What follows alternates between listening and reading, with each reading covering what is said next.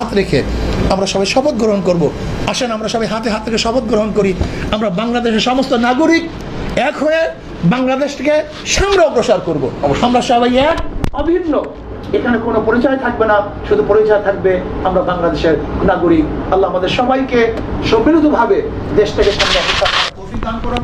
আর আমাদের মহাসচিব সাহেব যেই প্রস্তাব দিয়েছেন, আমরা পিয়ার সিস্টেমের নির্বাচন চাই। পিয়ার সিস্টেমের নির্বাচন যদি হয় তাহলে সবাই, প্রত্যেকের অধিকার সংসদে বাস্তবায়ন হবে এবং প্রত্যেকের ভোটের পার্টিসিপেট থাকবে এবং প্রত্যেকে সেখানে প্রতিনিধি হিসাবে যেতে পারবে। কাজে আল্লাহ আমাদের সবাইকে ঐক্যবদ্ধভাবে এই দেশটাকে করার তৌফিক দান করেন। এবং আপনারা চিন্তিত হবেন না, ইনশাআল্লাহ আপনাদের পাশে আসি, আপনাদের সুখে দুঃখে ইনশাআল্লাহ ইসলামী আন্দোলন বাংলাদেশ তথা চরমনাই পীর সাহেব হুজুর চরমনাই সবসময় থাকবে ইনশাআল্লাহ। এই দেশে মুসলমান আপনাদের পাশে থাকবে।